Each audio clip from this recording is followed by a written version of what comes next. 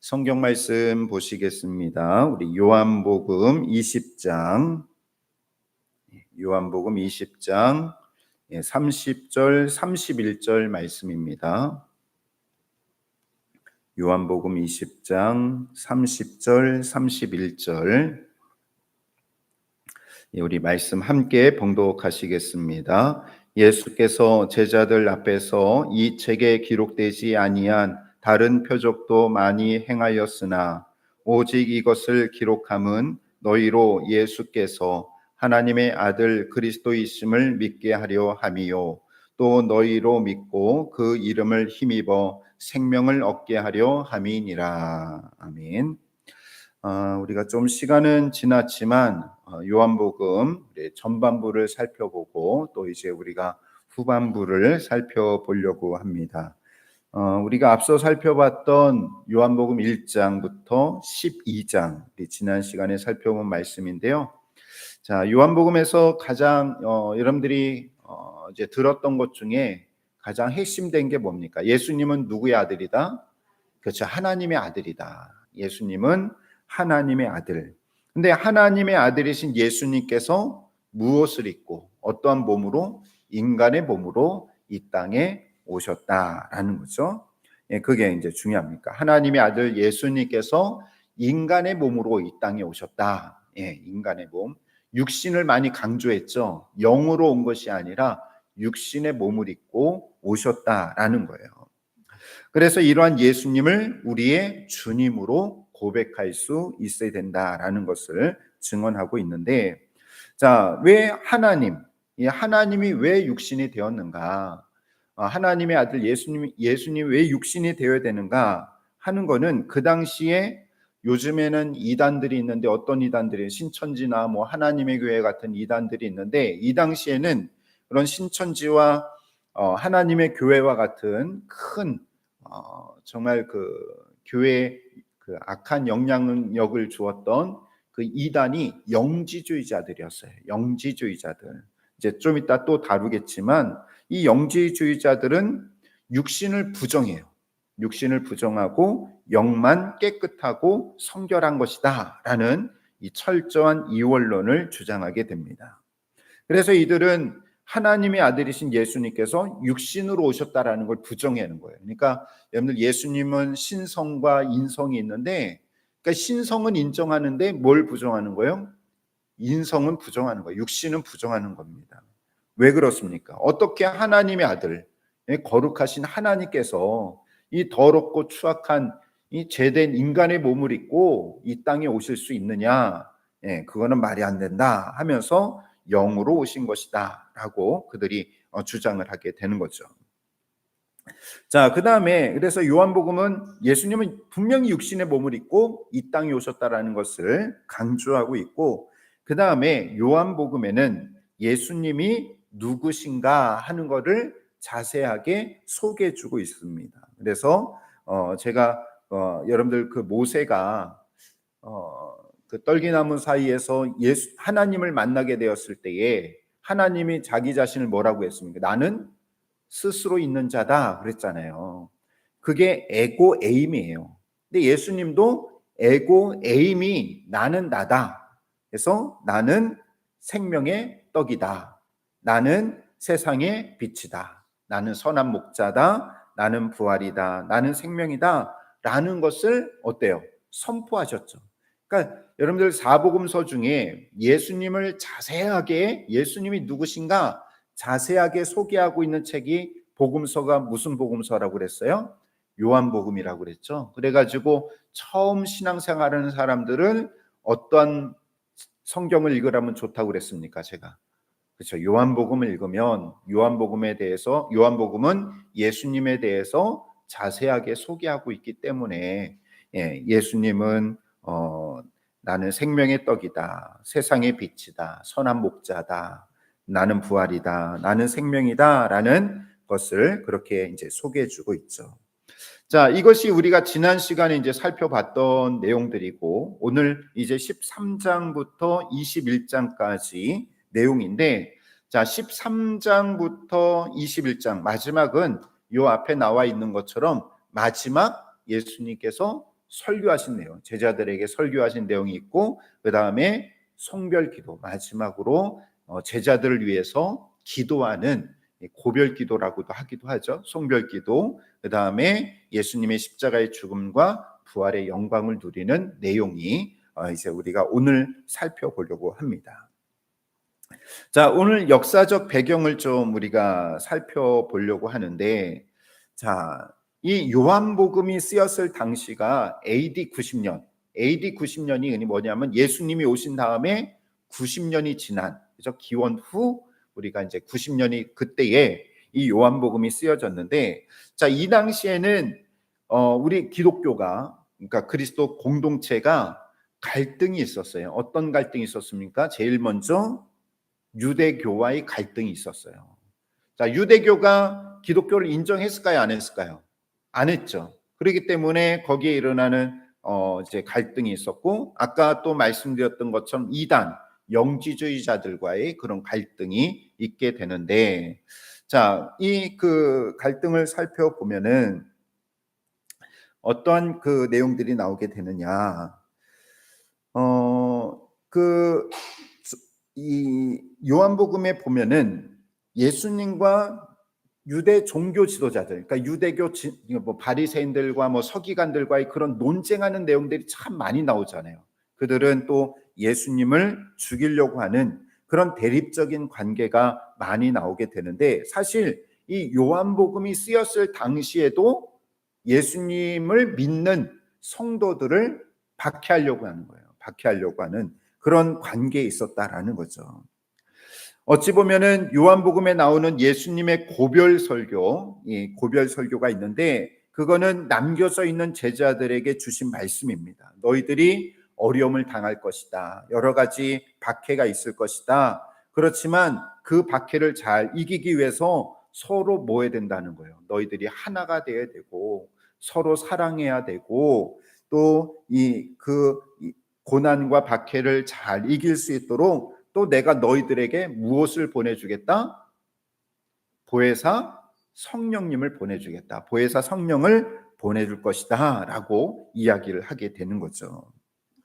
자, 이 요한복음이 쓰였을 당시에도 예수님의 예언했던 것처럼, 예수님이 그렇게 설교했던 것처럼 요한복음이 쓰였을 당시에도 그러한 박해가 심하게 있었다라는 것입니다. 유대교는 이 기독교가 점점 부흥하자 자신들의 그 유대교가 위협을 느끼는 거예요.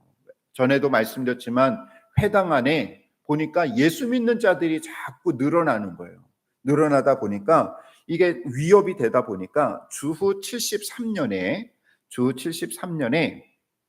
여러분들 여기에 보면은 무슨 종교회의가 있죠? 얌니아 종교회의가 있죠. 예, 이 암니아 종교회의에서 여기는 이 종교에서는 그 구약 39권을 하나님 말씀으로 인정하는 회의도 되었지만, 그런데 또 하나는 뭐냐면 기독교인이라는 것을 밝혀지면, 이 회의에서 어떠냐면 그 사람이 기독교인이라는 것이 밝혀지면 유대교에서 뭐 한다? 출교를 한다라는 거예요. 출교가 뭘까요? 출교는 쫓아내는 거죠. 그죠? 유대교에서 쫓아내는 거예요.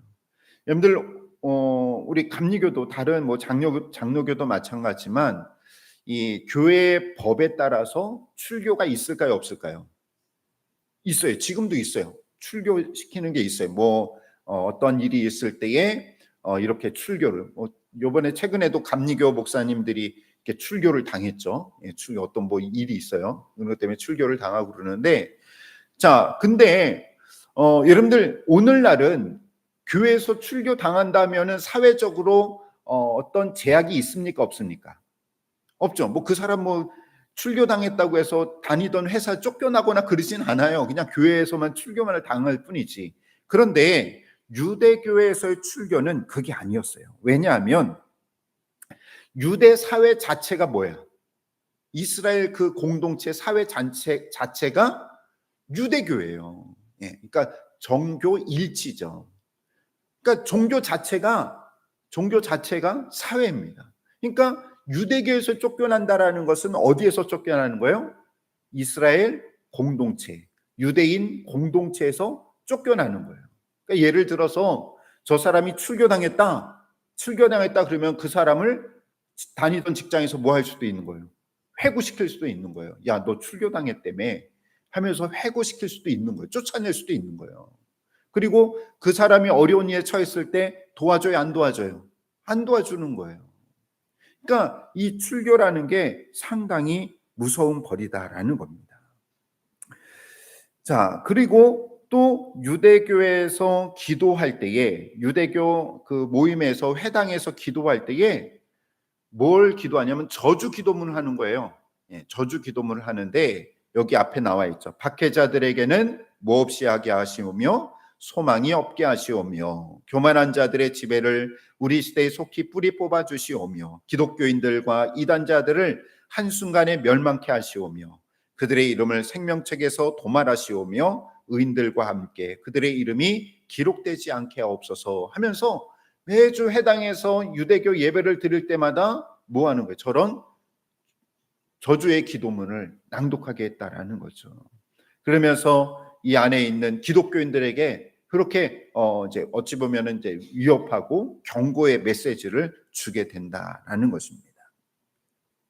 자, 그러니까 이 여러분들 기억할 때 요한복음이 쓰였을 당시에는 특별히 누구의 박해가 심했다?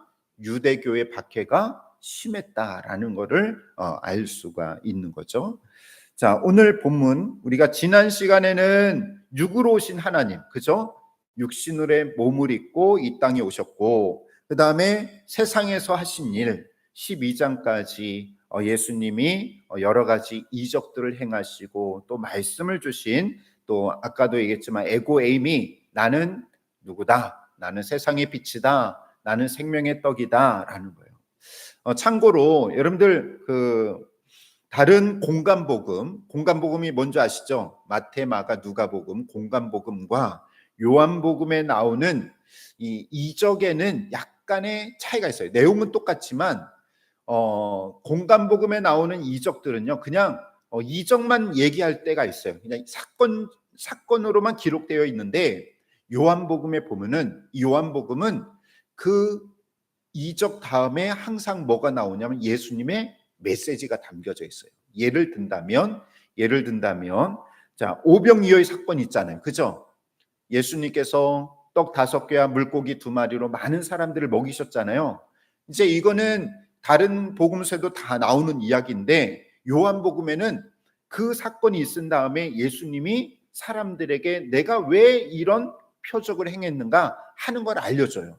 결국은 오병이어의 기적을 통해서 예수님이 하시고자 하는 말씀이 뭘까요? 내가 바로 생명의 떡이다라는 거예요. 내가 생명의 떡이다라는 것을 가르쳐주고 있는 거죠.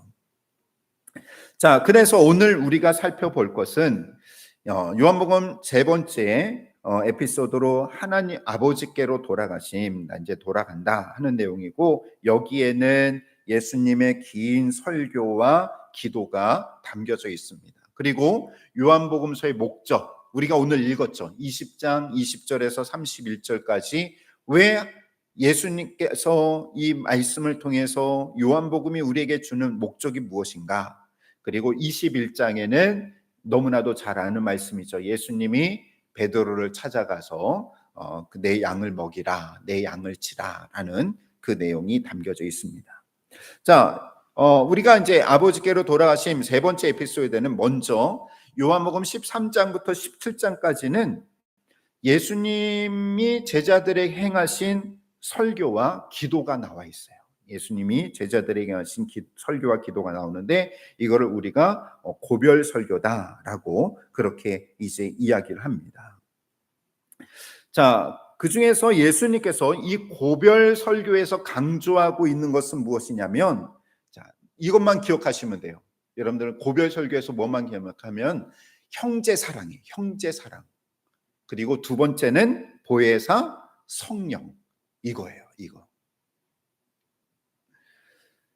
그 다음에 고별 기도는 예수님께서 기도하는 내용의 가장 핵심이 되는 그 기도가 뭐냐면 제자들 간의 하나됨입니다. 하나 되게 하십시오라는 그런 이제 내용이 담겨져 있어요. 어찌 보면은 여러분들 예수님의 지금 이 파트 부분은 이 단락에서는 이 세 가지만 기억하면 돼요.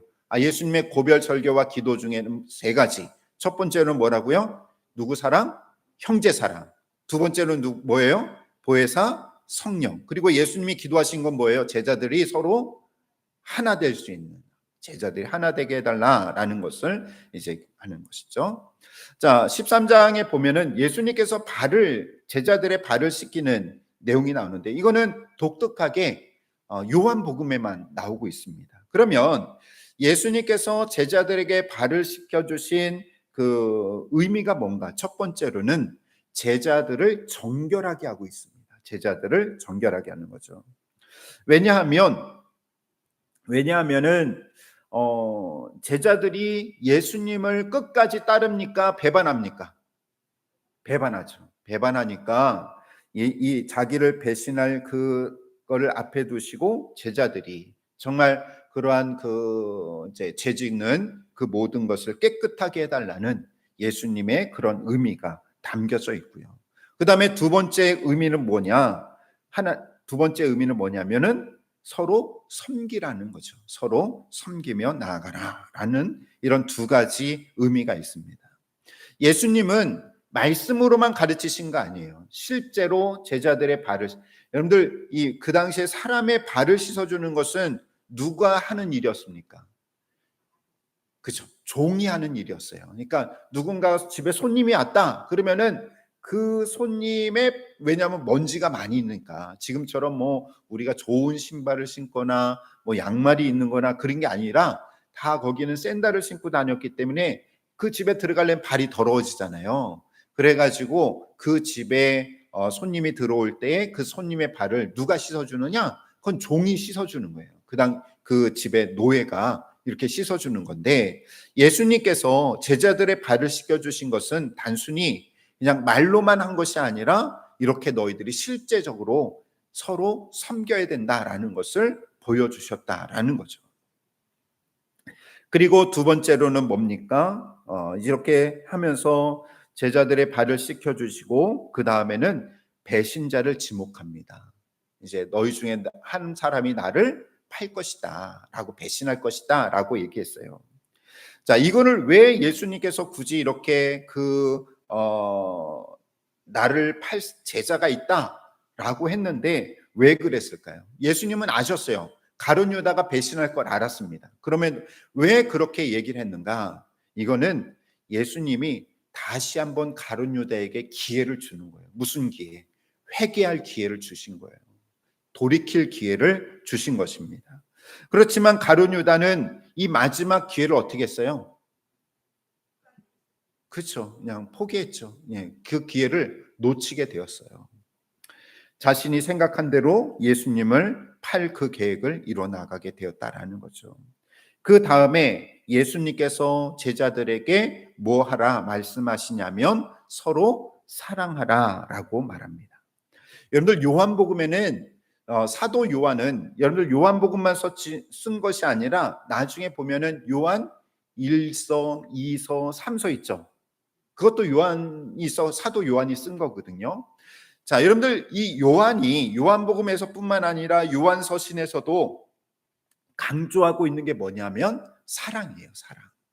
그래서 요한 1서에도 보면은 누구를 사랑하라? 하나님을 사랑하라. 하나님은 사랑이시니라 라고 이렇게 많이 강조를 하고 있죠. 자, 그런데 이렇게 그 사랑을 강조하고 있는데 아까도 얘기했지만 이 공간복음하고는 또 차이가 있어요. 사랑의 강조점에 차이가 있어요. 공통점은 하나님을 사랑하는 것 같지만 여러분들 공간복음에서는 하나님 사랑하고 그 다음 무슨 사랑이에요? 하나님 사랑? 그렇죠. 이웃사랑이에요. 그런데 요한복음에는 아까도 제가 얘기했죠. 무슨 사랑이라고 했어요? 누구를 사랑하라? 이웃을 사랑하라고 그랬어요? 그죠? 형제를 사랑하라. 약간의 차이가 있어요. 형제는 뭘까요? 형제는 요즘 말로 하면 교회 공동체 안에 있는 성도들을 사랑하라는 거고, 이웃 사랑이라는 건 좀 그거보다 더 넓겠죠. 교회 안에 있는 성도들뿐만 아니라 우리 주변에 있는 다른 이웃들도 사랑하라라는 거죠. 그런데 요한복음에서 강조하고 있는 것은 이웃 사랑보다는 누구 사랑? 형제 사랑이라는 거예요. 형제. 교회 안에 있는, 교회 공동체 안에 있는 형제들을 사랑하라라는 것을 강조하고 있어요. 자, 그럴 수밖에 없는 이유가 뭡니까? 아까도 얘기했듯이 지금 유대교에 많은 박해가 있어요. 박해가 있기 때문에 이 박해를 이겨나가기 위해서는 어떻게 합니까? 우리 성도들이 정말 우리 지금 어울림교회가 뭔가 어떤 위기가 있어요. 또 외부에서 어떤 공격이 있어요. 그런데 우리가 서로 사랑하지 않으면 그런 외부의 공격을 이길 수 있습니까? 없습니까? 이기지 못하죠. 먼저 어떻게 돼요? 우리가 서로 격려하고 서로 사랑하는 그런 모습이 있어야 되기 때문에 요한복음도 마찬가지, 이 당시의 교회들도 마찬가지다라는 거죠. 그래서 교회 공동체 안에 성도들 간의 사랑을 강조하고 있는 것입니다. 자, 차이가 알겠죠? 자, 공간복음은 하나님 사랑, 무슨 사랑? 이웃 사랑. 그 다음에 요한복음에서는 하나님 사랑, 형제 사랑이라는 거죠. 자, 그 다음에 우리가 잘 아는 베드로가 예수님을 부인하게 될 것이다 라는 것을 이제 예수님 말씀해 주죠. 그래서 닭이 울기 전에 너가 나를 모른다고 부인할 것이다 라는 것을 알려주게 됩니다. 자, 그 다음에 다섯 번째로는 길이요 진리요 생명이신 예수님. 아까도 얘기했지만 나는 나다. 그때 나는 길이다. 나는 진리다. 나는 생명이다 라고 하면서 예수님이 내가 누구인지를 자세하게 드러내주고 있다라는 것입니다. 자, 참고로 여기서 내가 길이요 진리요 생명이다 라는 것은 뭐냐면, 그러니까 나로 말미암지 않고는 아버지께로 올 자가 없다. 그러니까 우리가 하나님 앞에 나아가기 위해서 누구를 통해서 나아갈 수가 있는 거예요? 그렇죠. 예수 그리스도, 길이 되시고 진리가 되시고 생명이 되시는 예수 그리스도를 통해서 나아갈 수가 있는 거예요. 근데 여러분들 이 길, 진리, 생명 앞에는 영어 성경에 보면 더가 붙어요. 더라는 전치사가 붙는데, 더라는 것은 뭐냐면 길이요. 그 길이라는 거는 그 한 길이잖아요. 그러니까 길이 여러 개가 있다는 거예요. 하나만 있다라는 거예요. 하나만 있다라는 거예요. 더가 붙었다라는 거는 길이 하나예요. 진리가 앞에 더가 붙었으면은 여러 진리예요, 하나의 진리예요. 하나의 진리, 그 진리라는 거예요. 생명도 여러 생명이 아니라 앞에 더가 붙었기 때문에 그 생명. 그러니까 우리가 하나님께 나아간 길은 오직 누구? 예수 그리스도. 예수 그리스도를 통해서만 나아갈 수 있다라는 것을 알려주고 있는 거죠. 자, 그 다음에 또 우리가 제가 기억해야 될 형제 사랑 다음에 또 기억해야 될 게 보혜사 성령이다라고 말씀하고 있는데, 자, 요한복음이 강조하고 있는 것이 성령입니다. 성령. 자, 그러면서 이 성령님을 우리의 보혜사가 되신다라고 말씀하고 있는데, 이 헬라어로 파라클레토스라고 하는데 이거는 헬퍼입니다. 돕는 자. 또 카운셀러. 뭐예요? 상담자. 그죠? 그 다음에 변호사. 그러니까 여러분들에겐 다 변호사가 있어요, 없어요? 여러분들은 다 변호사가 있어요. 바로 우리 성령님이 변호사예요. 또 여러분들의 상담가가 있습니까, 없습니까? 상담가가 계세요. 바로 우리 성령님이에요. 자, 그러면 성령님이, 자, 보혜사라는 것은 뭐냐면, 이 보는 우리를 보호한다라는 의미예요. 보호할 보. 우리를 보호하시고, 해는 해는 뭐냐면 은혜를 베푸신다라는 뜻이고, 사자는 가르칠 사예요. 우리가 어느 길로 나아가야 될지, 어떻게 살아야 될지 우리 교사의 역할을 해주시는 분이 바로 성령님이시다. 이 보혜사라는 게 그런 의미가 있습니다. 자, 그러면 성령님께서 하시는 역할이 뭔가? 첫 번째로는 제자들에게 어떤 역할을 하시는가? 예수님이 말씀하시기를 성령이 오시면 너희들과 함께 할 것이다. 지금은 내가 너희들과 함께 하지만 내가 이제 하늘로 올라가게 될 텐데 너희들이 혼자 있는 것이 아니라 누가 계신다? 보혜사 성령님이 계실 것이다. 그리고 그가 어떤 모든 것을 가르쳐 주시고 또 너희들에게 지혜를 주시고 또 진리 가운데로 인도하여 주실 것이고 장래일을 알려줄 것이고 또 예수 그리스도의 영광을 드러나게 할 것이다 라는 그런 역할을 해주신다라는 거죠. 그 다음에 제자들에게 뿐만 아니라 그러면 세상에서의 역할은 뭡니까? 보혜사 성령님이 하시는, 성령님께서 이 세상에 대해서 하시는 뭔가 그다음 뭘 깨닫게 하십니까? 죄에 대해서, 죄가 무엇인지, 의가 무엇인지, 심판에 대해서 알게 해주신다라는 거예요. 그래서 우리가 죄를 죄로 인식하지 못하는 시대에 살고 있지 않습니까? 우리가 보면은 이게 죄인지 아닌지 분간할 수 없는 그런 혼란한 시대에 살아가고 있어요. 그때 이게 죄다, 이게 의다 라고 알려주시는 분이 누구라는 거예요? 보혜사 성령님이다라는 겁니다. 그러니까 여러분들, 내가 죄인이다라는 것을 고백하는 거는, 이거는 참 큰 은혜예요. 여러분들이 살아가면서 이건 죄다, 아니다 라고 이렇게 분별할 수 있는 것도 큰 은혜죠. 이거를 누가 알려주시는 거예요? 보혜사 성령님께서 알려주신다라는 것입니다. 그리고 예수님이 이제 기도를 하게 되죠. 이게 고별 기도를 하게 되는데, 자, 첫 번째로는 무슨 기도를 하냐면 구원을 위한 기도를 합니다. 구원을 위한 기도. 이게 뭐 세상을 구원해 달라라는 그런 기도가 아니라 누구를 지켜달라는 거예요? 제자들, 우리 믿는 자들을 지켜주십시오. 구원해 주십시오. 여러 가지 아까도 얘기했지만 박해 가운데 정말 출교를 당할 수밖에 없는 여러 가지 위협 가운데 우리 믿는 자들을 지켜주십시오. 예수님은 이제 곧 하늘로 올라가시잖아요.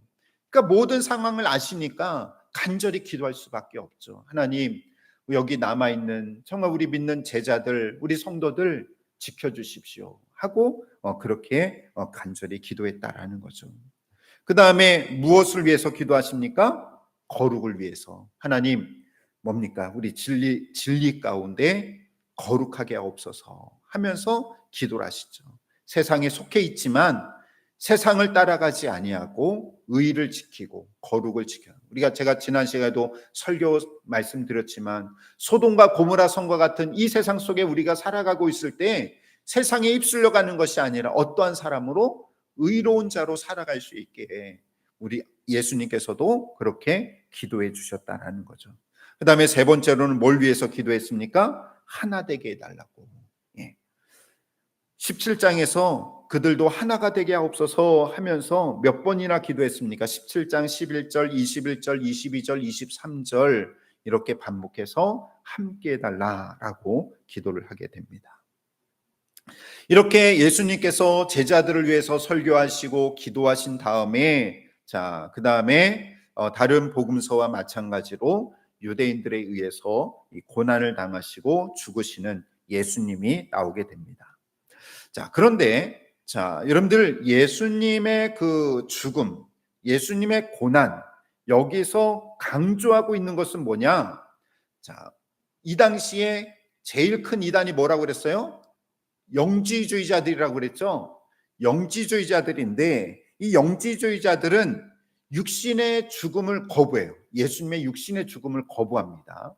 그렇기 때문에 요한이 강조하고 있는 걸 뭘 강조할까요? 예수님은 영으로 죽은 것이 아니라 그 육신이 죽었다라는 것을 강조하고 있어요. 그래서 예수님이 골고다까지 올라갈 때 무엇을 지고 올라가십니까? 십자가를 지고 가시죠. 근데 다른 복음서에 보면은 중간에 누가 지고 가시죠? 누가 지고 가죠? 중간에 예수님이 너무 힘드니까 못 하니까 누구죠? 구레네 시몬, 그죠? 다 아시면서 그냥 머리에서 구레네 시몬이 중간에 저기 지고 가잖아요. 근데 요한복음에 그게 언급을 안 해요. 언급을 안 해요. 왜냐하면 이 영지주의자들 중에, 이단들 중에 뭐라고 얘기하냐면 예수님이 십자가에 달린 것이 아니라 중간에 구레네 시몬이 끌고 가다가 누가 달려 죽었다? 구레네 시몬이 죽었다라고 얘기를 해요. 그렇게 하니까 그 오해를 없애기 위해서 예수님 그 구레네 시몬이 구레네 시몬이 십자가를 졌다라는 내용을 여기서는 언급하지 않습니다. 예, 언급하지 않아요. 그러니까 성경이 참 재밌죠. 예, 성경이 참. 그러니까 여기서는 요한복음에서 사도 요한은 뭘 강조하는 거예요? 그죠. 예수님의 그런 오해 살 만한 내용을 언급하지 않고 예수님이 십자가를 지고 가셨다라는 것을 언급을 하죠. 자, 그 다음에 예수님께서 십자가 위에서 몇 말씀을 하시죠? 7말씀을 하시죠. 7말씀을 하시는데 그 중에 이 7말씀 중에 3말씀이 요한복음에 나옵니다. 요한복음에 이렇게 뭐라고 나오죠? 내가 목마르다. 여자의 보소서 아들이니다. 보라 내 어머니라 다 이루었다라는 게 나오는데 이 중에서 강조하고 있는 내가 목마르다. 자, 영이 목말라요? 목 안 말라요? 영은 목을 안 마르죠. 그러니까 예수님이 십자가 위에서 내가 목마르다라는 것은 예수님의 영이 십자가에 달린 것이 아니라 예수님의 육신이 달린 것을 강조하고 있는 거죠. 이해가 되시죠? 그러니까 그 당시 영주의자들은 예수님이 십자가에 달린 것은 육신이 아니라 영으로 봤기 때문에 아니다. 사도 요한은 예수님의 죽음은 육신의 죽음이다. 왜냐하면 예수님이 십자가에서 내가 목마르다라고 분명히 말씀하셨다. 그건 뭘 말하느냐? 예수님은 그 육신이 십자가에 달린 것이다 라는 것을 강조하고 있어요. 그리고 요한복음 19장 34절에 보면은 예수님의 시신에서 뭐가 쏟아져 나오죠? 물과 피가 다 쏟아져 나오는 걸 봅니다. 여러분들 영은 물과 피가 나옵니까? 안 나옵니까? 안 나오죠. 이걸 뭘 말하는 거예요? 예수님의 육신이 죽었다. 육신이 죽으심을 강조하고 있는 거예요. 자, 그 다음에 부활의 영광도 마찬가지죠. 부활도 이거는 하나의 환상이다라고 주장하는 사람들이 있는데 이거를 우리가 이제 가연설이라고 합니다. 이제 예수님의 그런 그 육신의 부활도 부정하는 거죠. 육신의 부활도 부정하는데 아니다. 분명한 것은 예수님께서 영의 부활이 아니라 육신의 부활이다. 그래가지고 그 예수님의 부활을 의심했던 제자가 있었습니다. 누굽니까? 도마가 있었죠. 도마가 있었을 때 도마에게 내 손가락으로 여기 만져봐라. 못자국을 다 만져봐라 라고 그렇게 얘기하시고 또 제자들과 함께 떡과 생선을 함께 잡수시는 것을 볼 때에 분명히 예수님은 육신의 부활이다라는 것을 강조하고 있습니다. 자, 요한복음을 기록한 목적은 무엇인가? 아까 우리가 읽었던 말씀인데요. 자, 첫 번째는 뭐냐면 요한복음의 기록의 목적은 예수가 하나님의 아들 그리스도이심을 믿게 하기 위해서 내가 이걸 기록했다라는 것이고 두 번째로는 예수님의 이름에 힘입어서 생명을 얻게 한다. 그러니까 예수님이 하나님의 아들 그리스도라는 것을 믿을 때에 우리가 뭘 얻게 되는 거예요? 생명, 영생을 얻게 되는 거예요.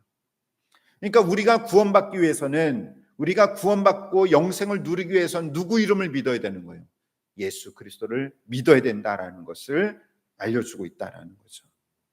그리고 이제 요한복음 21장에 보면은 요한복음에서 베드로를 이제 강조하고 있는데 베드로에게 뭘 얘기를 하고 있습니까? 내 양을 먹이라, 내 양을 치라라고 하면서 그게 다시 한번 왜냐하면 이 베드로가 예수님을 배반했잖아요. 그러니까 얼마나 그가 여러 가지 자존감이 낮아지고 또 자기가 실패했다라고 그렇게 생각을 했는데 예수님이 나타나셔서 내 양을 먹이라, 내 양을 치라 하면서 그에게 다시 한번 사명을 회복시켜주는 내용이 기록이 되어 있습니다. 자, 우리가 오늘 좀 우리가 생각해 봐야 될 것은 첫 번째로는 우리가 앞서 언급한 내용들이지만 다시 한번 정리를 해보면은 요한복음은 다른 어떤 복음서보다도 어디와의 그 갈등 대립이 있었어요. 유대교와의 갈등과 대립이 심했다라는 겁니다. 그 내용이 나와져 있고 그렇기 때문에 예수님의 이 죽음, 예수님의 죽음의 그 책임은 누구에게 있다? 바로 유대인들에게 있다라는 것을 또 강조하고 있습니다. 그 다음에 또 하나의 위협이 뭐였습니까? 영지주의자들이었죠. 육신을 거부하는 그 당시 이단이 있었는데, 아니다. 예수님은 영으로 오신 분이 아니다. 바로 우리와 똑같은 육신의 몸을 입고 왔다라는 것을 알려주고 있습니다. 그리고 요한의 기독론이라는 것은 뭐냐면 맨 마지막에 여기 맨 마지막에 보면 예수님은 뭐예요? 참 하나님이시면서 참 인간이다. 이거예요. 이 중에 하나만 부정하면 뭐가 되는 거예요? 이단이 되는 거예요. 이단이 되는 거예요. 이거를 두 개 다 인정해요. 참 하나님이시고 참 인간이다. 근데 영지주의자들은 예수님은 하나님이시다 맞다. 그런데 뭘 부정한 거예요? 인간을 부정했잖아요. 그러니까 이단인 거예요. 이게 이제 칼게톤 회의에서 그렇게 정합니다. 이걸 예수님은 참 하나님이시고 참 인간이다라는 것을 강조하고 있죠.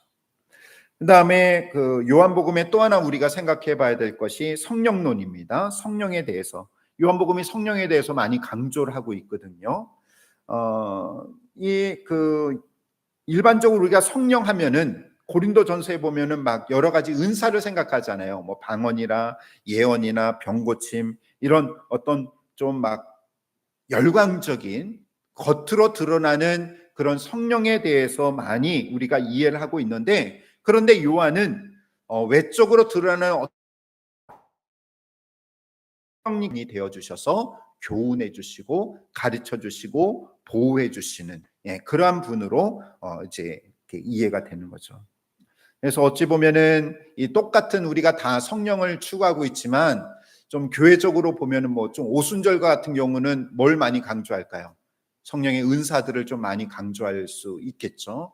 그리고 좀 이제 뭐 장로교나 이제 그런 조금 보수적인 교단에서는 또 좀 이제 성령의 이게 그 요한이 얘기했던 그런 성령의 이해를 강조하는데, 근데 뭐 이게 맞다 틀리다 그렇게 이해할 수는 없는 거예요. 다 성령님께서 행하시는 일들이기 때문에, 너무나도 강대하시기 때문에 이걸 다 우리는 포괄할 수 있어야 되겠죠. 그죠? 성령님은 진리의 영이 되어 주셔서 우리를 바른 길로 가게 하시고 깨닫게 해주시고 또 내 죄를 깨닫게 인도하여 주시고 또 의가 무엇인지를 깨닫게 해주시는 그런 분이지만, 또 성령은 또 여러 가지 활동력 있는 그런 은사를 통해서 일하시기도 하신다라는 것을 우리가 포괄적으로 이해할 수 있어야 된다라는 것입니다.